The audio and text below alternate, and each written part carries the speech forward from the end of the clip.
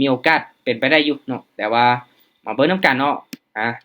ช่วงนี้อาจจะบ่งามแต่ว่าช่วงที่เฮาเทศไปอาจจะงามก็มีเนาะหรือว่า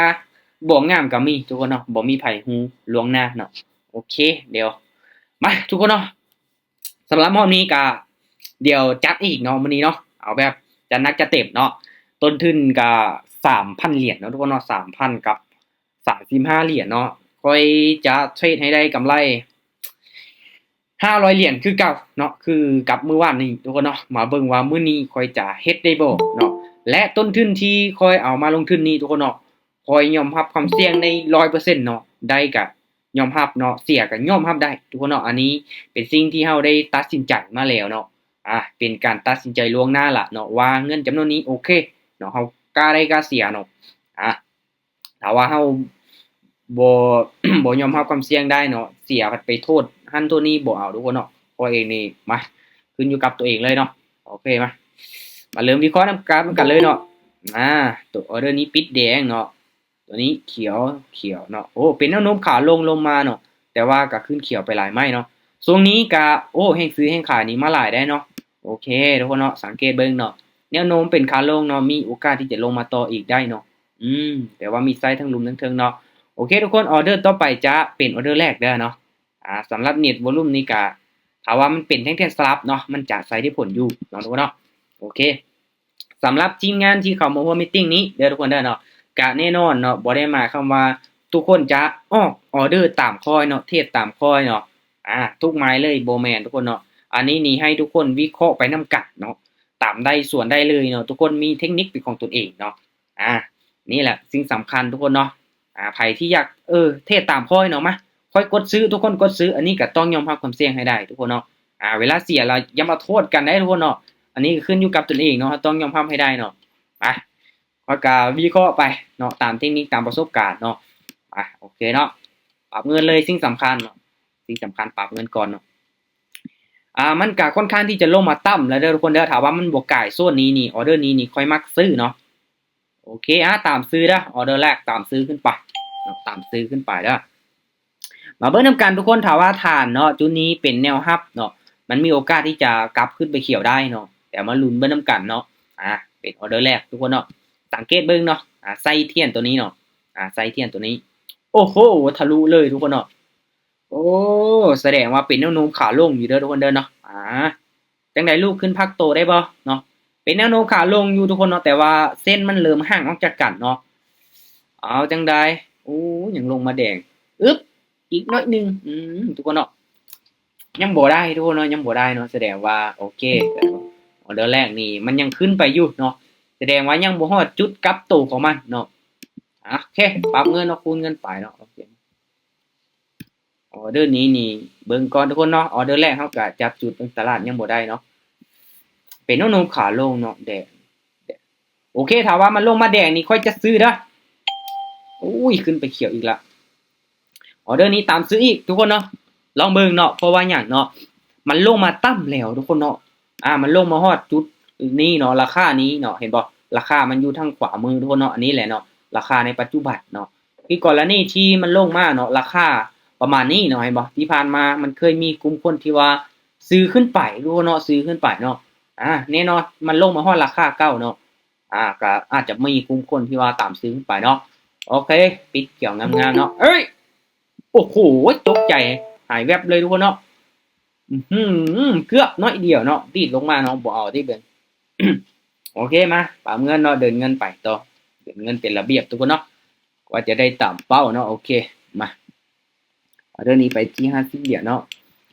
โอ้ทุกคนเนาะแสดงว่ามันยังเป็นแนวโน้มขาลงทุกคนเนาะมันยังลงมาต่ออยู่เด้อยังขายมาหลายโอเคทุกคนออเดอร์นี้ค่อยซื้อเด้อเอาลองส่วนเบิ่งจักบาทเนาะตามซื้อขึ้นไปเนาะมันลงมาแดงยาวพุ่นเว้ยย้ำมันสลับขึ้นไปเขียวเนาะแต่ว่าอันตรายทุกคนเนาะอันตรายอยู่เพราะว่ายังเป็นแนวโน้มขาลงเนาะยังเป็นแนวโน้มขาลงอยู่มาเบิ่งนำกันเนาะออเดอร์นี้ก็ถือว่าวัดใจกันเลยเนาะคือกรณีที่มันให้ขายเทลงมาทุกคนเนาะถ้าว่ามันปิดเต็มเนาะปิดเต็มแบบบ่มีไส้เลยนี่มีโอกาสเลยแหละที่จะขึ้นเขียวได้เนาะแต่ว่าออเดอร์นี้นี่มันจ้องไส้ไว้เนาะย่านแต่มันลงมาเก็บเอาไส้มันเนาะจังได๋ลูกสลับเขียวโอเคอีกหน่อยนึงนิ่งไว้3 2 1โอเควิน ไปต่อทุกคนไปต่อเนาะ แน่นอนทุกคนเนาะค่อยกะวิเคราะห์ตามประสบการณ์นี่แหละเนาะที่ว่าได้เก็บกำได้เห็นหูที่ผ่านมาเนาะหลายปีทุกคนเนาะโอ้อินเทอร์เน็ตค่อนข้างที่จะช้านะโอ้ทุกคนเนาะได้บ่โอเคเน็ตค่อยช้าทุกคนเนาะเน็ตค่อยช้าเด้อโอเคทุกคนออเดอร์นี้เด้อมาตามซื้ออีกตามซื้ออีกเด้อตามซื้ออีกตามซื้อขึ้นไปเนาะโซนนี้รู้สึกว่าแห่งซื้อแห่งขายนี่เท่ากันทุกคนเนาะถามว่ามันสลับมาเขียวแดงเนาะออเดอร์นี้โอ้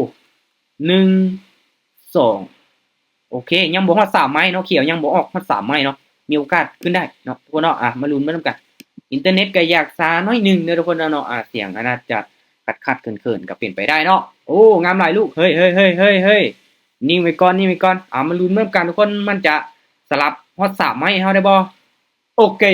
เรียบร้อยวินไปเนาะโอเคงามเนาะโอเคพลาดไม้แรกเนาะโอเควินมา3ไม้เนาะโอเคไปต่อการที่อยากได้กำไร500เหรียญก็บ่ได้หมายความว่าค่อยไป500เหรียญบาทเดียวบ่นะต้องค่อยๆปั้นขึ้นไปเนาะมาถ้าว่าเฮาบ่พลาดตามงบของเฮาเนาะเฮายังมีโอกาสเนาะโอเคทุกคนเนาะออเดอร์นี้เขียวขึ้นมาสูงแบบนี้เด้อขายบ้านนึงเนาะขายก่อนบ้านนึงเนาะยานมันกลับลงมาอีกทุกคนมันขึ้นมาใกล้เส้นตัวนี้เด้อถ้าว่ามันทะลุเส้นสีส้มขึ้นไปนี่มันจะสามารถขึ้นเขียวต่อได้เนาะแต่ว่าออเดอร์นี้มันยังบ่สามารถทะลุเส้นสีส้มขึ้นไปทุกคนเนาะค่อยก็เลยตัดสินใจที่จะ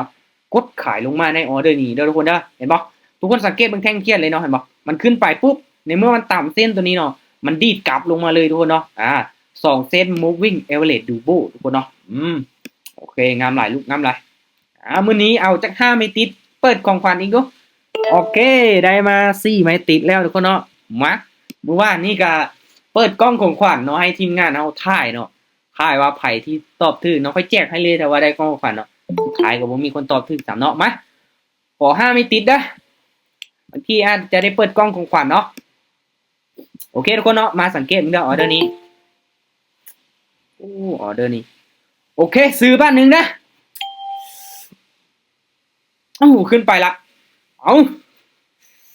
ออเดอร์นี้ทุกคนเนาะค่อนข้างที่จะกำกึ่งเนาะกำกึ่งเลยเนาะคือที่ค่อยได้เว้าเนาะสาเหตุที่ว่าซื้อเด้อทุกคนเด้อแท่งเทียนเขียวเนาะมันทะลุเส้นสีส้มขึ้นไปเนาะมันมีโอกาสที่จะขึ้นไป2ไม้ได้ถ้าว่ามันบ่สามารถขึ้นได้เด้อมันจะตกลงมาเลยแหละเนาะโอเคลูกขึ้นไปขอละเขียวไม้นี้ขอเขียวกันเด้อโอเคนิ่งไว้เนาะถ้าว่ามันขึ้นสูงกว่านี้มีโอกาสตกลงมาเนาะต้องนิ่งไว้เนาะต้องเก็บไซให้ได้ออเดอร์นี้โอเคโอ้โหทุกคนเนาะได้5ไม่ติดอีกแล้วเนาะวันนี้เนาะจัดไปเนาะผ่านออเดอร์แรกเนาะเอาวินมา5ไม่ติดแล้วเนาะโอเคจัดหนักจัดเต็มเนาะไปต่อทุกคนเนาะตอนท้ายมีตติ้งเด้อเนาะก็อาจจะได้เปิดกล้องของขวัญอีกเนาะให้ทุกคนรอท่าลุ้นน้ำกันเนาะถ่ายน้ำกันไปที่ตอบถึงนี่ค่อยแจกให้เลยเนาะสำหรับกล้องของขวัญเนาะทุกคนเนาะโอเคไปออเดอร์นี้ทุกคนเนาะโอเคตามซื้ออีกบ้านนึงโอ้โหลงมาแห้งแท้ป้อออเดอร์นี้ทุกคนเนาะมันลงมาแดงยาวจังซี่นี่ต้องกลับขึ้นเขียวให้เฮาได้ติเนาะโอ้เฮงขายมาหลายขนาดทุกคนเนาะเฮงขายมาหลายขนาดเนาะแต่ทุกคนเนาะออเดอร์แบบนี้เด้อเนาะถ้าว่าแท่งเทียนแดงเด้อมันยังติดกับเส้นสีส้มตัวนี้นี่อันตรายเนาะอันตรายเลยแหละเนาะเพราะว่าหยังถ้าว่ามันติดกับเส้นสีส้มตัวนี้เด้อเนาะส่วนหลายมันจะลงมาต่อเนาะถ้าว่าแท่งเทียนมันลงมายาวล่ะมันบ่ติดกับเส้นตัวนี้นี่มันจะขึ้นเขียวเนาะโอเคลูกเขียวขึ้นหน่อยก็เขียวโอเคสุดยอดหลายเนาะ6ไม่ติดเนาะว่านี่ยัดไปเนาะไปไม้ละ50เหรียญนะทุกคนเนาะเพราะอย่างเนาะไปตั้งเป้าอยากได้500เหรียญในรอบนี้เนาะตั้งเป้าไว้สูงเนาะโอเคไปต่อทุกคนเนาะไปต่อเห็นบ่เนาะสูงกราฟที่มันเข้ากับเทคนิคของเฮาเนาะเอากับวิเคราะห์ได้ทุกคนเนาะโอเคมาออเดอร์นี้ถ้าว่ามันบ่ไกลเส้นสีฟ้าเด้อค่อยจะขายเด้อโอเคขายเอาขายอย่าฟ้าลงมาเด้ออย่าฟ้าลงมาโอ้โหจงไซไว้อยู่เนาะโอเคงามหลายลูกงามหลายเป็นอย่างคือตัดสินใจที่จะขายในออเดอร์นี้ทุกคนเนาะทุกคนสังเกตบางแม่เนาะเส้น moving average double ตัวนี้เห็นบอกมันยังขนาดกันลงมาเนาะแท่งเทียนเขียวมันขึ้นไป2ไม้ติดเนาะและมันขึ้นมาแล้วมันบ่สามารถที่จะ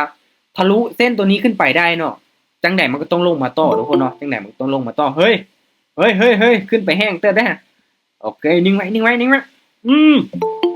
เรียบร้อยทุกคนเนาะ7ไม้ติดเนาะปลาตัวเอาจัก10ไม้ติดมึงดูไปต่อไปทุกคนเนาะไปต่อมาจัดหนักจะเต็มเท่านี้เนาะมาโอเคทุกคนเนาะสบายดีสบายดี มาออเดอร์นี้เด้อคนเด้อโอเคเบิ่งก่อนเนาะเบิ่งก่อนโอ้เฮงซื้อเข้ามาเนาะโอเคทุกคนออเดอร์นี้เด้อขายเด้อ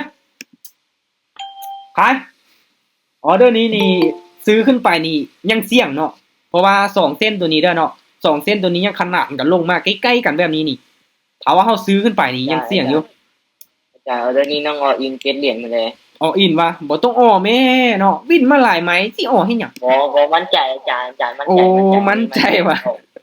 โอเคมั่นใจแล้วก็ต้องปิดแดงแล้วเนาะลงมาแดงยาวป่านนี้เนาะงามหลายลูกงามหลายเนาะเทียบตามเทรนคนเนาะโอเคงามหลายไว้อาจารย์สวย8ไม้ติดเลยเด้เอ้าอีก2ไม้ขอจัก10ไม้ติดดูรอบนี้คำว่าตึงนะทุกคนเนาะโอเคมาจัดไปจัดไปโอเคทุกคนเนาะมาสังเกตเบิ่งเนาะออเดอร์นี้เด้อถ้าว่ามันเป็นแดงน้อยแบบนี้นี่เพิ่นจะซื้อเนาะแดงเก็บไซส์นี่ซื้อแหละเพราะว่ามันลงมาค่อนข้างที่จะต่ำเนาะถ้าว่ามันขึ้นเขียวมีโอกาสที่จะขายลงมาได้เนาะโอ้ซื้อเด้อออเดอร์นี้เสี่ยงโอ้ปิดเป็นแท่งเทียนแบบนี้อุ้ยเขียวน้อยอีกมาลุ้นมานำกันทุกคนเนาะออเดอร์นี้เด้อเนาะถ้าว่ามันเป็นแดงเมื่อกี้นี่เสื้อมันว่ามันจะขึ้นเขียวได้เนาะทุกคนสังเกตมึงเลยเนาะมันห่างออกจากเส้นตัวนี้เนาะแท่งเทียนแดงตัวนี้มันลงมายาวโพดเนาะและตัวนี้ถ้าว่ามันเก็บเอาไส้มันเด้อมันเป็นแดง2นี่จังใดมันก็ต้องขึ้นเขียวได้ออเดอร์นี้เนาะจังใดมันก็ต้องขึ้นเขียวได้แต่ว่ามันขึ้นไปเขียวตอนท้ายเนาะอุ้ยเสียดายเว้ยโอ้โหออเดอร์นี้โอ้ยบ่ได้10ไม่ติด3คนเนาะโอ้ถามว่ามันปิดแดงนี่คือว้าวเลยทุกคนเนาะถามว่ามันปิดแดงนี่ค่อยซื้อขึ้นไปเนาะแต่ว่าตอนท้ายมันขึ้นไปปิดเขียวน้อยเนาะเพราะว่าโซนนี้แล้วทุกคนมันสลับลงมาได้เห็นบอกค่อยต่ำเนี่ยสลับถามว่ามันขึ้นเขียวก้อนนี่ค่อยจะขายเลยแหละออเดอร์เมื่อกี้นี้เนาะค่อยจะขายเลยแหละเนาะโอ้ได้แต่8ไม้ติดทุกคนเนาะบ่ได้ว่า10ไม้ซ้ำเนาะโอเคไปต่อเนาะไปต่อเด้อยังบ่ทันได้ตามเป้าเนาะโอเคออเดอร์นี้ทุกคนขายเด้อขายเอิ้นสาเนาะออเดอร์นี้เดี๋ยวเบิ่งก่อนเนาะโอ้ออเดอร์นี้ค่อนข้างที่จะจงไส้ไว้ยาวทุกคนเนาะถ้าว่าแห้งขายมาบ่หลายนี้มีโอกาสขึ้น2เขียวได้เนาะต้องลงมาสลับได้บ่ค่อยตามตั้งแต่สลับไปเด้อทุกคนเด้อเนาะตามตั้งแต่สลับไปแต่ว่าออเดอร์นี้ก็จงไส้ไว้ยาวเนาะเห็นบ่โอ้โหเสียดายใจฮ้อนเพราะออเดอร์นี้มันข้ามก่อนก็ดีเนาะโอ้โอเคทุกคนเนาะบ่เป็นหยังโอ้ยลังเลอยู่เนาะบ่เป็นหยังอ่ะ เดินไปตามสเต็ปเนาะตามสเต็ปเห็นบ่50เนาะโอ้ยได้เปิดกล่องของขวัญแน่นอนเนาะได้แต่8ไม้เนาะโอเคมาคอยวิเคราะห์ไปทุกคนเนาะต้องใจเย็นๆเนาะตัวเฮาจับจุดได้เนาะถ้าว่าเฮาพลาดเฮาก็ต้องเบิ่งกราฟก่อนเนาะเบิ่งกราฟก่อนนี่สิ่งสำคัญเนาะเอาเรื่องนี้ผ่านก่อนเด้อทุกคนเด้อผ่านก่อนเดี๋ยวเราทับแป๊บนึงเราทับแป๊บนึงทับแป๊บโอเคในเมื่อเฮาวินแล้วทุกคนเนาะเฮาก็บ่จำเป็นต้องฝากออกออเดอร์ก็ได้เนาะบ่จำเป็นต้องฝากออกออเดอร์เนาะโอเคคืออาจารย์ออเดอร์นี้น้องซื้ออาจารย์ยังไม่ขึ้นได้บ่ซื้อว่าโอเคก็มีโอกาสอยู่เนาะมันลงมาแดงยาวเนาะแต่ว่าในกรณีแบบนี้เนาะเฮาซื้อขึ้นไปนี่ก็เสี่ยงอยู่เพราะว่ายังเป็นแนวโน้มขาลงเด้เส้นตัวนี้ยังขนาดเห็นบ่เมื่อกี้นี่ออเดอร์ก่อนหน้านี้ค่อยซื้อเนาะแล้วก็ค่อยขายลงมาเนาะถ้าว่าค่อยขายนี่ค่อยจะตามขายให้สุดก่อนเนาะตามขายให้สุดเนาะเพราะว่าอย่างเห็นบ่ออเดอร์นี้ลงมาแดงเนาะถ้าว่าแนวโน้มขาลงแบบนี้เด้อเนาะในเมื่อเฮาเลือกที่จะตามขายเนาะเราต้องตามให้สุดเนาะทุกคนเนาะถ้าว่า2เส้นตัวนี้ยังขนานกันเด้อเนาะยังขนานกันนี่จังใดมันก็ต้องมีแดงมาจังไม้เนาะเห็นบ่ไม้นี้ออกแดงเนาะถ้าว่าให้ไปก็ต้องได้ตัดทุกคนเนาะมาทุกคนเนาะโอเคปรับเงินไปเนาะออเดอร์นี้เด้อออเดอร์นี้มาเดี๋ยวค่อยจะลองซื้อบ้านนึงเนาะซื้อขึ้นไปบ้านนึงเนาะมันลงมา3แท่งเทียนแดงทุกคนเนาะ3แท่งเทียนแดงมาเบิ่งนำกันว่ามันจะพักตัวได้บ่เนาะแต่ความเสี่ยงนี่ค่อนข้างสูงนะเนาะถ้าว่า2เส้นตัวนี้ยังขนานกันเนาะแห่งขายยังมาหลายเนาะยังขายยังมาหลายขนาดเนาะมาเบิ่งนำกันว่าออเดอร์นี้มันจะพักตัวบ่เนาะที่ผ่านมา3แดงเขียว1เนาะ3แดงเขียว1ตลอดทุกคนเนาะมาออเดอร์นี้ลงขึ้นไปพักตัวโอ้โหแห่งขายเอาเขียวโอ้ยกลับลงมาสำหรับนี้ทุกคนเนาะอีกหน่อยนึง โอ้บ่ได้ทุกคนเนาะบ่ได้เด้อโอเคแสดงว่ายังบ่ขึ้นเนาะเห็นบ่ในการที่เฮาใจฮ้อนทุกคนเนาะเฮาใจฮ้อนเฮาฟาวที่จะซื้อขึ้นไปเนาะโอ้พลาดจังซี่แหละเนาะโอเคบ่เป็นหยังส่วนหลายมันพักตู้แล้วมันจะลงต่อเนาะพักตู้แล้วจะลงต่อเนาะโอเคออเดอร์นี้ปรับเงินเนาะบ่ว่าตีเนาะโอ้4,000เนาะโอเคทุกคนออเดอร์นี้ค่อยจะขายเด้อมาเดี๋ยวลองเบิ่งค่อยซื้อไปไม้นึงเนาะแต่ว่ามาขายแบบนี้นี่อันตรายอยู่เนาะทุกคนเนาะอันตรายแต่ว่าเป็นอย่างคือเลือกที่จะขายในไม้นี้เดี๋ยวทุกคนเด้อเนาะเป็นอย่างคือเลือกที่จะขายถ้าว่ามันเป็นแนวโน้มขาลงเนาะแห้งขายยังมาหลายเด้อทุกคนเด้อมันพักโตเขียวนึงล่ะมันจะลงต่อเนาะทุกคนเคยได้ยินคำว่าแทงพักโตบ่ทุกคนเนาะก่อนที่กราฟมันจะลงนี่มันบ่ได้ลงแบบจุดๆเลยเด้มันพักโตแล้วลงต่อเนาะพักโตแล้วลงต่อเนาะออเดอร์นี้แดงมาเห็นบ่4ไม้เนาะและเขียวมาไม้นึงเนาะค่อยเชื่อว่าออเดอร์นี้นี่มันเป็นออเดอร์พักโตทุกคนเนาะมันเป็นออเดอร์พักโตแสดงว่ามีโอกาสที่จะลงต่อได้เนาะก็เลยเฮ็ดให้ตัดสินใจที่จะขายบ่ถ้าว่าเฮาตามซื้อขึ้นไปนี่เสียได้เนาะเสียได้เพราะว่าหยังเสี่ยว2เส้นตัวนี้ยังขนานกันใกล้ๆกันแบบนี้เด้อมันยังใกล้ๆกันแบบนี้นี่อย่าฟ้าวสวนทุกคนเนาะอย่าฟ้าวสวนเทรนเนาะเฮาสังเกตเบิ่งเห็นบ่แนวโน้มมันชัดเจนเนาะมันเป็นขาลงเด้โอเคปรับเงินเนาะออเดอร์นี้มาเดี๋ยวค่อยจัดตามซื้อเด้อบาดนี้เด้อมาเดี๋ยวลองเบิ่งเนาะเข้าซื้อในออเดอร์นี้เนาะเข้าซื้อในออเดอร์นี้ ลองเบิ่งก่อนทุกคนเนาะสำหรับออเดอร์นี้เนาะก็มันนี่ถ้าว่าเนาะทุกคนเนาะมันลงมาแล้วมันเขียวมาแทรกแหละมันลงมา2แดงติดกันเด้อมันลงมา2แดงติดกันนี่มีโอกาสที่จะขึ้นเขียวนึงได้เนาะใส่คำว่ามีโอกาสทุกคนเนาะมาลุ้นมานํกันเด้อว่ามันจะขึ้นได้บ่มันห่างออกจากเส้นตัวนี้แน่เนาะโอ้ยหรือว่าจะลงแดง3แดงคือโอเคเขียวโอเคอ้าวอ้าวโอ้โหทุกคน เน็ตค่อยซาเนาะโอ้เน็ตจากซาเด้อทุกคนนอนนิ่งกิ๊บเลยเนาะนิ่งกิ๊บเลยเนาะโอเคมาเดี๋ยวกำไรยังบ่ทันได้ตามเป้าเท่าไหร่บ่โอเคทุกคนเนาะอีกไม้นึงเนาะอีกไม้นึงตามเป้าเด้อ500เหรียญเนาะมาโอเคอีกไม้นึงโอ้เวลาเบิดละบ่ทัน3ออเดอร์นี้ทุกคนเนาะปรับเงินมาบ่ทัน3เอาเข้าไปเบิ่งกำไรเนาะโอเค แท่งซื้อนี่เริ่มเข้ามาแล้วทุกคนเนาะแท่งเทียนเขียวตัวนี้เด้อทุกคนเด้อเนาะมันบ่งบอกว่ามีโอกาสที่จะกลับโตเนาะมีโอกาสที่จะกลับโตแต่ว่ามันจะบ่กลับโตบาดเดียวเด้อกราฟเนาะในเมื่อมันเป็นเทรนขาลงมาแล้วเนาะมันจะเป็นไซด์เวย์ก่อนเด้อทุกคนเด้อเนาะมันจะเป็นไซด์เวย์ก่อน โอเคเห็นบ่แท่งเทียนโดจิเขียวตัวนี้เลยเนาะแล้วก็แท่งเทียนตัวนี้เนาะแท่งเทียนแดงตัวนี้ลงมา2แดงแล้วก็เขียวขึ้นต่อแบบนี้เนาะโอเคออเดอร์นี้เดี๋ยวทุกคนเด้อเนาะออเดอร์นี้ถ้าว่าแท่งเทียนเนาะแท่งเทียนแดงเด้อติดกับเส้นสีเหลืองตัวนี้เนาะเส้นสีเหลืองตัวนี้มีโอกาสที่จะลงมาอีกแดงไม่นึงแต่ถ้าว่ามันมีไซส์ยาวๆเด้อมันมีไซส์ยาวๆนี่มันจะขึ้นเขียวได้เนาะ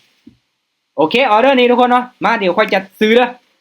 ตัดสินใจที่จะซื้อขึ้นไปเนาะลองเบิ่งตามที่ได้อธิบายกับทุกคนเลยเนาะข่าวว่าเนาะมันมีไส้ยาวๆมันพักตู่ทุกคนเนาะ3เขียวแล้วพักตัวแดงนึงนี่แสดงว่ามันมีโอกาสที่จะกลับมีโอกาสที่จะกลับตู่เนาะออเดอร์นี้ก็เลยตัดสินใจที่จะตามซื้อขึ้นไปเนาะถ้าว่าวินออเดอร์นี้เนาะวินออเดอร์นี้นี่ค่อยจะได้ตามเป้าเนาะสำหรับมื้อนี้เฮ้ยโอ้ขึ้นไปต่ำเส้นสีฟ้าทุกคนโอ้มันขึ้นไปสูงพุ่นน่ะโอ้ยบ่วิน3โอ้ยเสียดายทุกคนเนาะ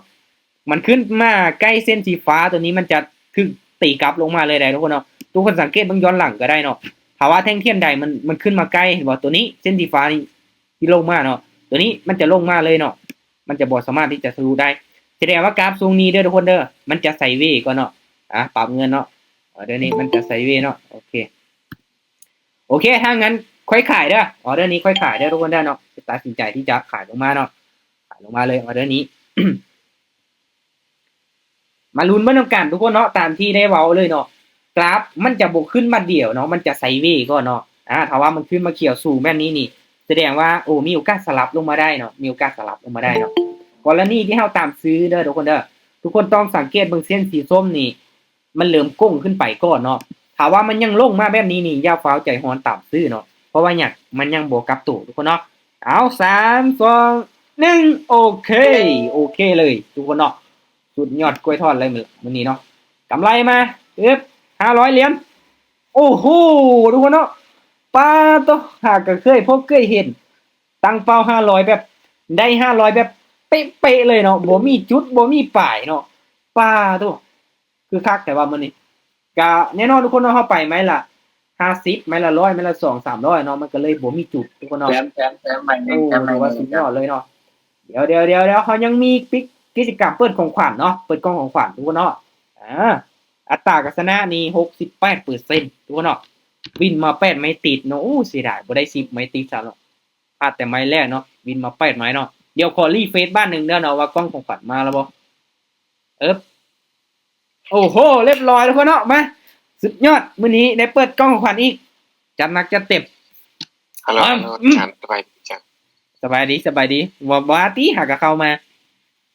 อาจารย์น้องเขาทำเนี่ยอาจารย์สอนทุกๆมือบ่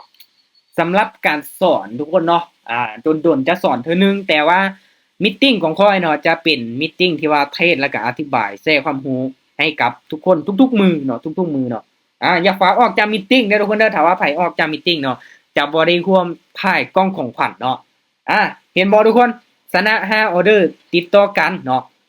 เฮาจะได้เปิดกล้องของขวัญลุ้นว่าจะได้จักเหรียญเนาะอันนี้เป็นกล้องโบนัสทุกคนเนาะกล้องโบนัสเนาะกล้องของขวัญสำหรับนักเทรดเนาะที่ว่าเฮ็ดได้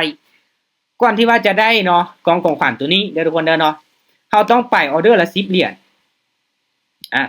เราต้องไปออเดอร์ละ10เหรียญเนาะเห็นบ่10เหรียญขึ้นไปและกดออกทุกๆหมายเนาะเฮาจะบ่ข้ามแต่ละหมายเลยทุกคนเนาะเฮาจะได้เนาะแต่ว่าค่อยไปนี่เห็นบ่หมายละ50เหรียญเนาะหมายละ50เหรียญนะนี่เลยทุกคนเนาะหมายละ100หมายละ50เนาะภาพเห็นบ่ถ้าว่าพลาด50ค่อยจะเดิน100เนาะ200แล้วก็400เนาะอันนี้แหละรูปแบบการเดินเงินของค่อยเนาะถ้าว่าเฮาบ่พลาดเกินที่ว่าต้นทุนของเฮาที่เอามาทุกคนเนาะจังได๋เฮาก็มีกำไรเนาะถ้าว่าเฮาเอามา 3,000 เนาะเฮาไปไม้ละ100ไม้ละ200 400 800เบิดเนาะแสดงว่าโอเคเฮาก็บ่ได้ทุกคนเนาะถ้าว่าเฮาเดินไม้น้อยนี่เฮาจะคูณได้หลายไม้เนาะโอเคทุกคนเนาะมาถือว่ามื้อนี้เนาะเดี๋ยวผมดิ้งกิจกรรมอีกแล้วเนาะเปิดกล้องของขวัญเนาะโอเคไอ้ทีมงานเนาะที่ว่าอยู่ในมีตติ้งนี่เด้อทุกคนเด้อคนหนึงนี่พิมพ์ได้1เทื่อเนาะให้ทายมาเนาะว่ากล้องของขวัญที่ค่อยจะเปิดนี้เนาะจักเหรียญเนาะให้บอกคักแน่เนาะบอกจุดบอกอีหยังคักแน่เนาะคือตัวอย่างว่า 10.7 เนาะก็บอกว่า 10.7 มาทุกคนเนาะคนหนึงพิมพ์ได้ตัวเลข1เด้อทุกคนเด้อถ้าว่าไผพิมพ์ซ้ำเนาะตอบถูกค่อยจะบ่แจ้งให้เนาะอันนี้คือกติกาทุกคนเนาะโอเคทุกคนเริ่มเลยเนาะพิมพ์มาเลยเนาะว่ากล้องของขวัญนี้จักเหรียญเนาะโอเคโอเคโอเค เริ่มพิมพ์ก่อน เริ่มพิมพ์เลยเนาะคนหนึงพิมพ์ได้เทื่อนึงเนาะคนหนึงพิมพ์ได้ตัวเลข1เนาะห้ามที่ว่าพิมพ์2พิมพ์3พิมพ์4ทุกคนเนาะถ้าว่าถูกแล้วบ่แจ้งให้นะโอเคมาเบิ่งกันเนาะไหนทุกคนพิมพ์มาเบิดแล้วบ่ถ้าว่าครบเบิดทุกคนแล้วเนาะค่อยจะมาเปิดเลยทุกคนเนาะทีมงานเข้ามาร่วม26คนเนาะโอเคเนาะเบิ่งก่อนเนาะโอเคทุกคนเนาะมาถ้างั้นก็มาลุ้นเลยเนาะป๊าดโต 2.1 ก็มาเนาะบ่ว่าติเทศไม้ละ50ไม้ละ100ได้ 2.1 นี่5เลยทุกคนเนาะ พิมพ์เพื่อครับ โอเคมาบ่เป็นหยังทุกคนเนาะทุกคนสามารถที่จะเลือกที่จะทายได้เนาะว่าได้เท่าใดเนาะโอเคเสียงกดหน่อยนึงทุกคนเสียงสะท้อนเนาะปิดไมค์ให้นี่ มาเดี๋ยวเฮามาลุ้นนำกันเลยทุกคนเนาะเป็นวินาทีที่ลุ้นเลยแหละเนาะโอเคมานับเลยทุกคนเนาะย้อนหลังเลย3 2 1 ปิ้งโอ้โห